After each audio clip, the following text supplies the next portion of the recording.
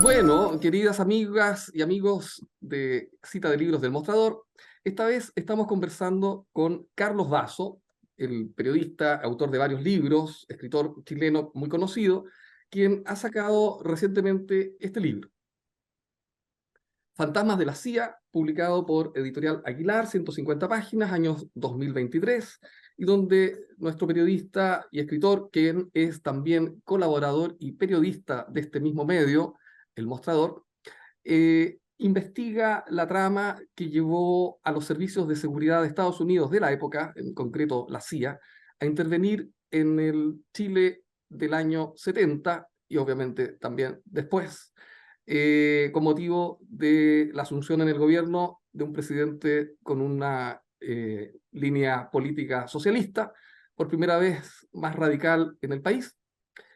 Y en este libro, Carlos investiga, como digo, este tema de la participación de la CIA y en concreto de dos agentes de la CIA en Chile. Carlos, ¿cómo estás? Buenas tardes. Muy bien, ¿cómo estás tú? Encantado.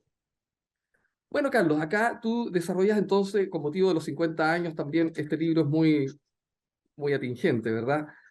Desarrollas este tema apasionante de los servicios de seguridad, los servicios secretos de la época, que aparentemente ya antes de que asumiera el gobierno de Allende, habían decidido impedir por todos los medios que esto ocurriera.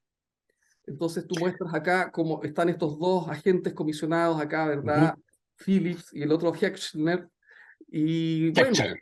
claro, y Sí. comienza entonces esta especie de batalla por impedir contra el reloj que asuma Allende y las distintas visiones y posturas que fueron dándose. Sí. Ahora, fíjate que una cosa que quizás es importante en todo esto es que no es que la CIA haya decidido eso. Quien decide eso es Nixon, ¿verdad? Claro. Y es Nixon, ¿no es cierto?, quien instruye a este brazo, ese brazo mecánico que tenía, ¿no?, que es la CIA, que haga eso.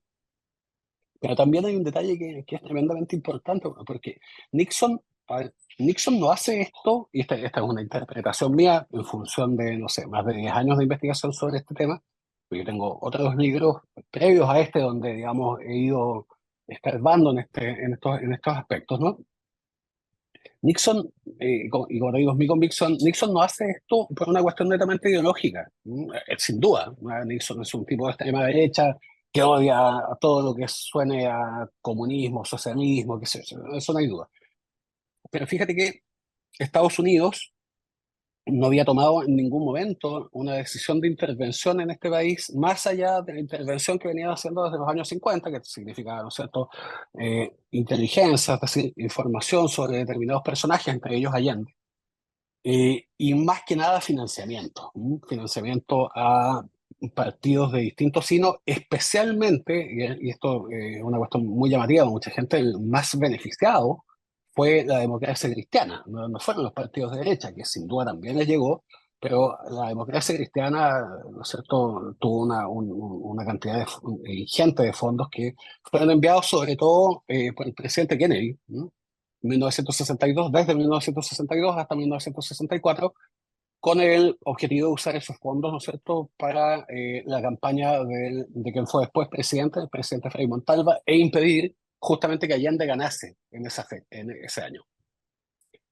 Cuando llegamos al año 70, inicios de 1970, se toma esta decisión, ¿no es cierto?, del famoso Comité de los 40, de impedir que Allende gane a través también de vías económicas, de vías políticas, ¿no? Esta famosa frase de hacer chillar la economía y todo eso.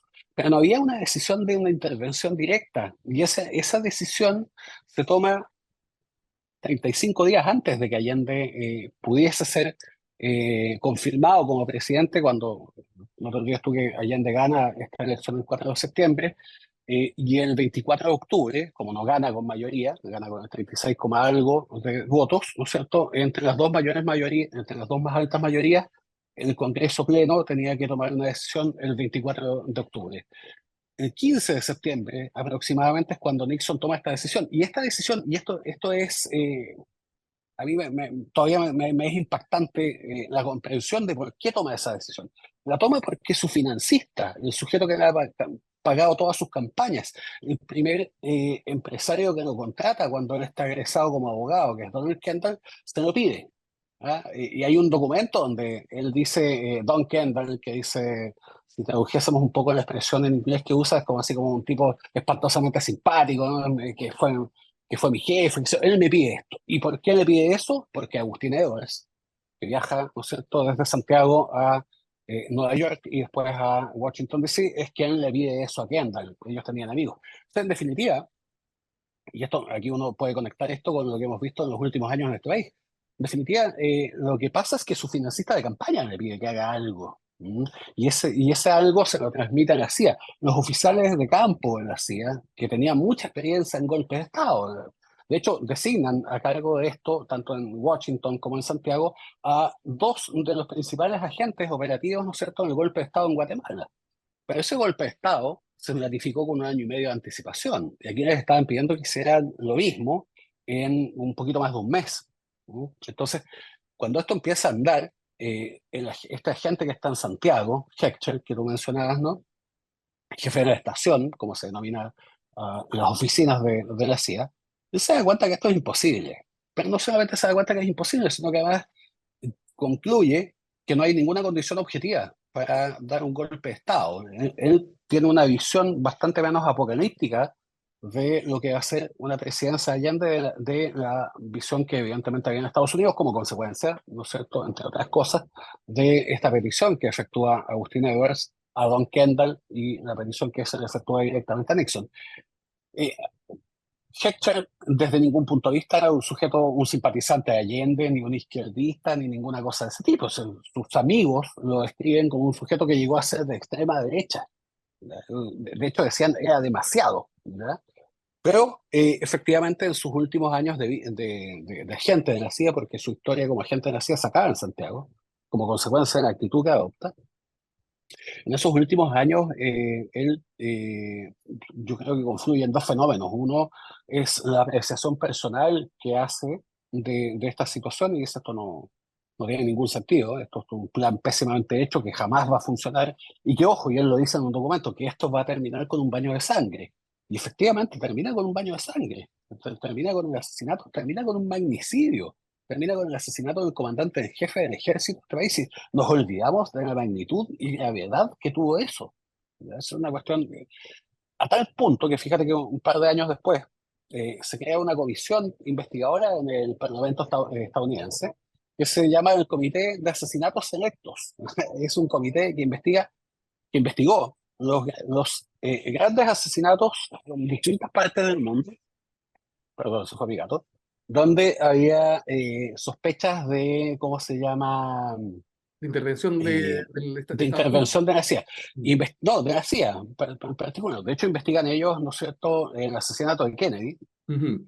De hecho, uno de los sujetos que se sospechaba que estaba involucrado en el asesinato de Kennedy es uno de los protagonistas de este libro que tuvo un papel fundamental en Chile. Investigaron el asesinato de Patricio Lumumba, investigan los intentos de homicidio en contra de Fidel Castro e investigan el asesinato de Schneider. Acá es como asombroso que esto haya quedado como olvidado en las brumas del tiempo, ¿sí? Pero fue una cuestión de verdad impresionante. Sí, ahora es muy interesante entonces que si bien la CIA aparentemente se desliga una vez que muere Schneider por esta chapuza que hacen estos grupos que lo secuestran y que lo matan después, ¿verdad?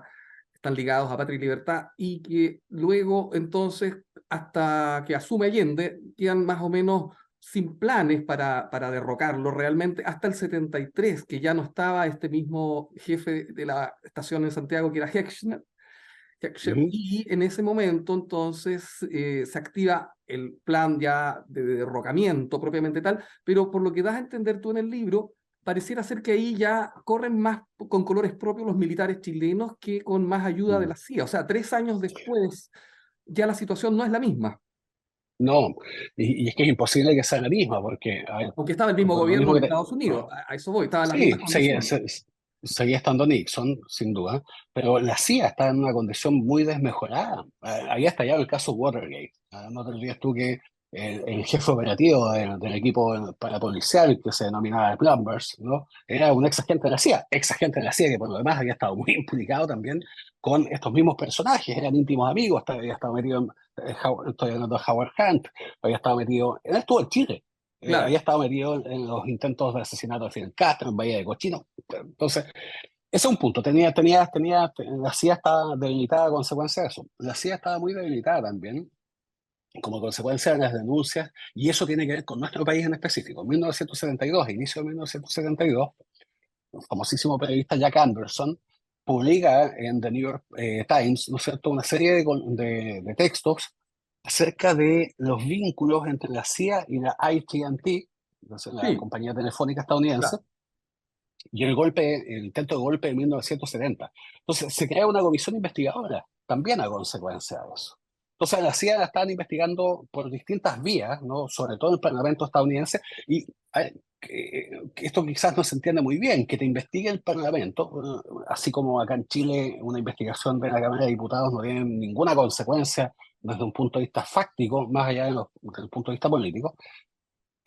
Cuando tú entras en una discrepancia fuerte con senadores, con diputados, allá o acá, las consecuencias que tú tienes son de un nivel distinto. Y esas consecuencias muchas veces tienen que ver, por ejemplo, con los presupuestos, con que te bajen, ¿no es cierto? Entonces, la CIA estaba muy ahorquillada porque lo estaban investigando mucho en el Parlamento, había una pésima imagen de eso. Y en 1973, y esto es un dato importante, hay 3 directores de la CIA. Entonces, tienes una institución de ese volumen y tienes 3 directores distintos, ¿no es cierto?, en un año, evidentemente hay algo que no está funcionando bien. Mm. Entonces, la verdad es que la gente que estaba a la cabeza de la CIA cuando se produce el golpe de Estado acá en Chile es gente que había asumido la dirección de esa entidad 2 meses antes y que no Claro, sabía mucho tampoco del tema. en reemplazo de Richard Helms, que se había ido antes. Helms se había ido a principio de año. Después, ¿no es cierto? Nixon designa un segundo personaje que no tenía idea de inteligencia, que era básicamente un amigo suyo, ¿no es cierto? Y a ese personaje dura unos 6 meses. Nixon después lo nombra embajador, no me acuerdo dónde, y ahí aparece un tercer personaje que sí conocía de inteligencia, pero no conocía el tema específico. Mm. Sí, hay un dato importante que es que a quien designa ese nuevo director como jefe de la división hemisferio occidental, es decir, la división de la CIA que tiene que ver con todo lo que pasa desde Europa, ¿no es cierto?, hasta el Océano Pacífico, y por lo tanto estamos ahí nosotros, era David Phillips. Ahora, objetivamente, la CIA, su participación entre 1970 y 73 en el país tiene que ver fundamentalmente, obviamente ellos siempre han seguido haciendo inteligencia, eso es un hecho, ¿no es cierto? Siempre han seguido espiando, siempre a eso se dedican, ¿no? Y a eso se dedican, ojo, todas las agencias de inteligencia del mundo, Claro. incluyendo las chilenas, incluyendo la KGB, que tenía una presencia muy activa acá también. Sí, también hay que entender que esto es muy fácil satanizar a la CIA y dejar de lado que ellos no eran los únicos que hacían esto. O sea, digamos, aquí había una confrontación, estábamos en un contexto donde tenías a 2 superpotencias peleando entre ellas y sus agencias de inteligencia a su vez operacionalizaban este combate ideológico en distintos países, así como la CIA financiada a políticos de la DC o políticos de derecha. Bueno, la KGB hacía lo mismo con el Partido Comunista. Claro. O sea, tenías en ese contexto lo que hace la CIA entre el 70 y el 73, fundamentalmente, más allá del insisto, del espionaje y todo esto, es financiamiento. Ellos financian y financian de un modo ingente. O sea, el Mercurio no habría tenido ninguna posibilidad de sobrevivencia si no hubiese sido por el financiamiento de la CIA.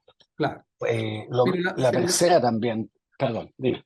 pero la digitación, por así decirlo, en términos burdos, de los actores que van a realizar el golpe, al parecer entonces no está directamente relacionada con maniobras propiamente, directamente de la CIA. El Yo no 73. conozco ningún antecedente, ningún documento que nos lleve a pensar eso. Eso es muy Puede que exista. interesante, ¿eh? Es muy interesante porque, No hay bueno, ningún antecedente. en general siempre se piensa, ¿no?, que esto fue organizado desde allá. Ahora, lo que no quita que sí. Perdón, ¿Mm? Álvaro, perdón, es que yo creo que hay una confusión. Yo creo que, o sea, la confusión, porque además viene de antes, la confusión cuando hablamos de que hubo un golpe en este país que organizó la CIA, sí, sí hubo, pero fue desde el 70. El del 70, claro, antes que asumir.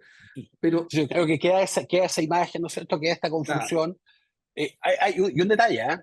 Y un detalle antes de que se me olvide. En 1971 hay 2 intentos de magnicidio en este país. Y en ambos intentos de magnicidio está un mismo personaje de la CIA, que usaba la chapa, el seudónimo de Maurice Bishop, que según un agente cubano, que se llama Antonio Besiana, ese personaje llamado Bishop era David Phillips. claro, Phillips siempre negó eso. sí, Como sea, Bishop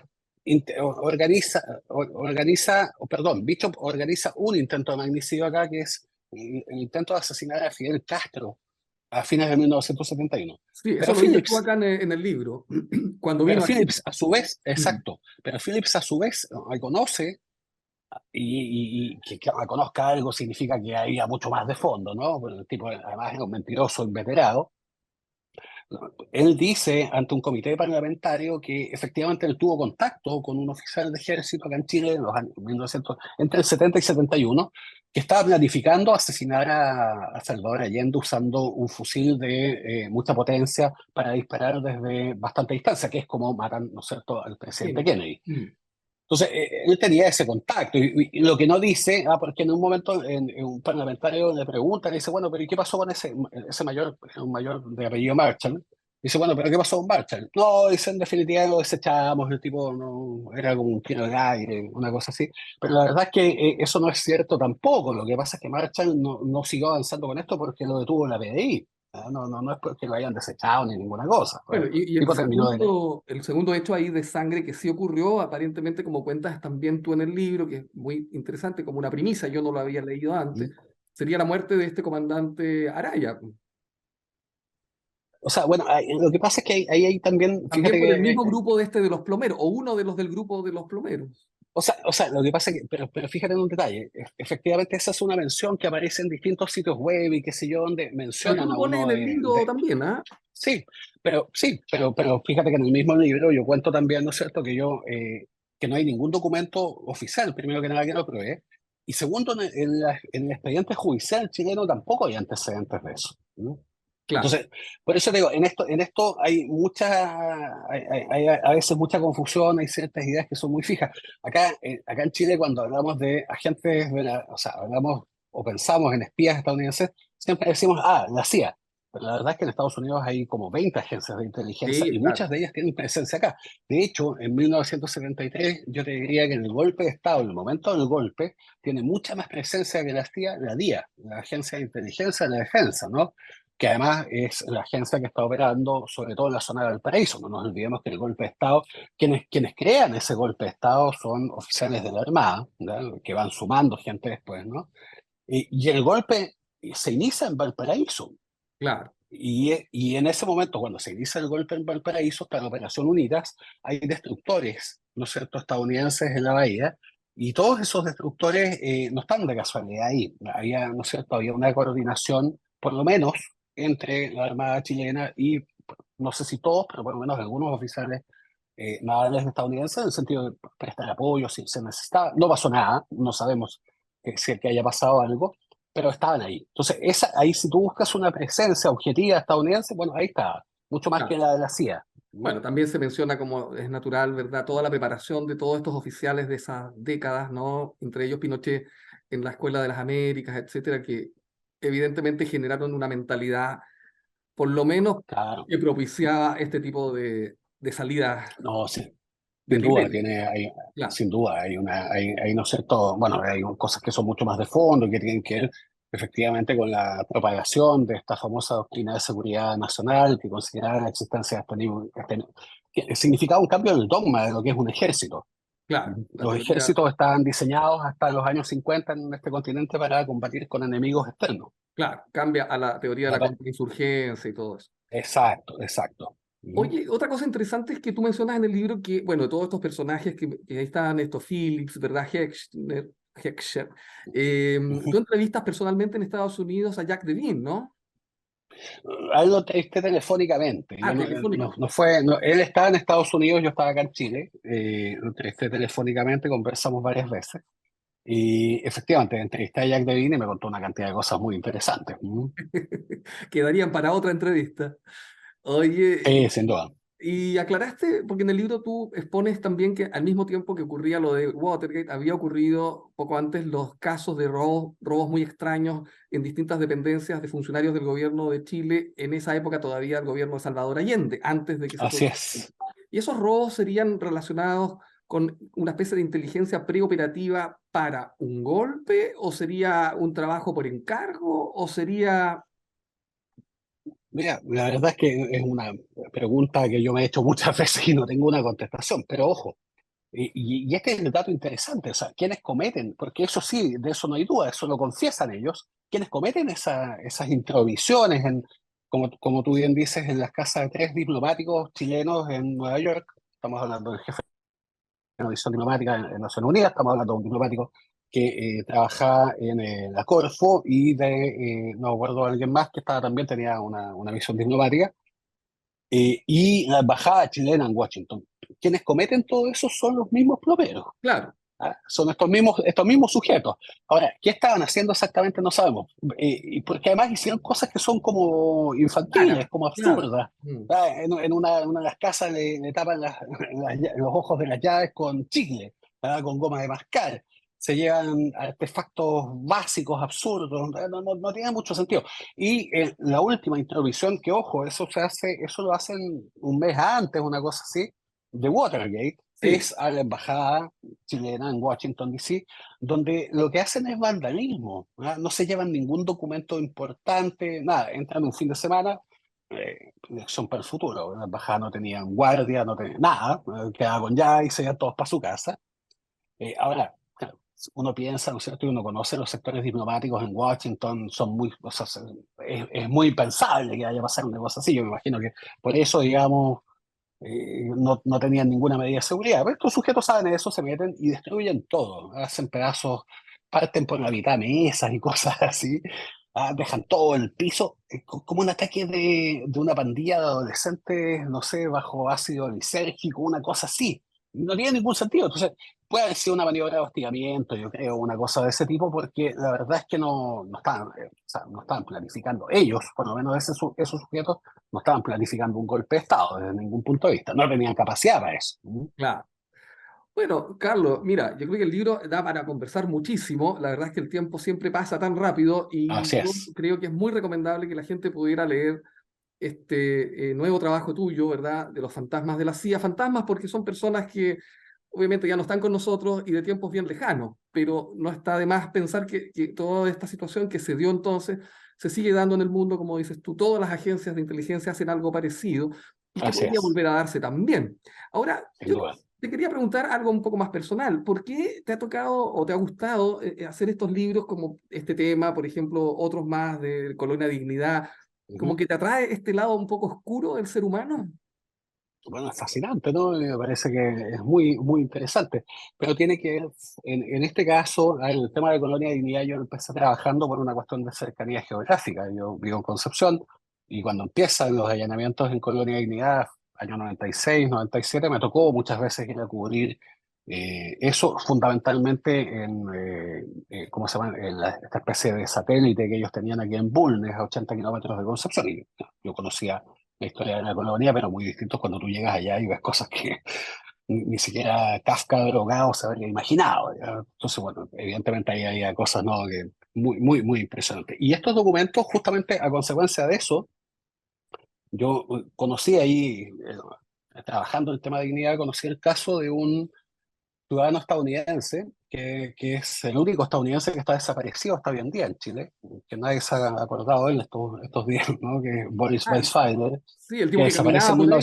Sí, desaparece a inicios de 1985, ¿no es cierto?, en la sí, comuna de San Fabián, eso es de Chillán hacia adentro, casi, sí, muy cerca de Colonia Dignidad. Ahora, no está cerca, cerca, cerca, o sea, hay un macizo montañoso de una magnitud más o menos importante entre medios, pero siempre se especuló, ¿no es cierto?, con que Dignidad, bueno, hay una historia gigantesca, yo escribí un libro acerca de eso, y en ese libro, justamente, justo cuando yo estoy empezando a investigar este tema y a escribir esta historia, se produce la primera desclasificación masiva de documentación que hace Estados Unidos acerca de Chile, ¿ya? Esa desclasificación se hizo en el contexto de la detención de Pinochet en Londres y sí. en una decisión que toma el presidente Clinton en ese momento de desclasificar documentos. Y de todos esos documentos que venían ahí, venían casi 500 documentos acerca del caso que yo estaba investigando. Entonces fue como maná caído del cielo, ¿no? Claro. Entonces, bueno, yo ya había entrevistado a mucha gente, tenía las dos investigaciones judiciales que se habían hecho en Chile, pero me llega esta documentación impresionante, ¿no? Entonces, bueno, terminé ese libro y después de eso me puse a ver, dije, bueno, ¿qué otros documentos hay? Porque además es una cuestión que me parece increíble. Todos estos documentos son de acceso público, están todos puestos en la web, ¿no? Y cualquier persona que tenga un poco de inquietud los puede buscar sin ninguna dificultad. Bueno, hay una dificultad de acceso que es el idioma, ¿ya? Pero si tú manejas algo de inglés y de a poco te vas metiendo en el lenguaje que usan y todo eso, es fascinante, ¿no? Y queda muchísima documentación todavía, así que tenemos trabajo por muchos años más. Bueno, Carlos, nuevamente muchas gracias por acceder a A esta ti, pues. entrevista. Fantasmas de la CIA, de Carlos Vaz. Ha sido un placer conversar contigo, Carlos. Muchísimas Así gracias. es. A ti, Bueno, cuídate mucho, que estés muy bien. Chao, chao. gracias.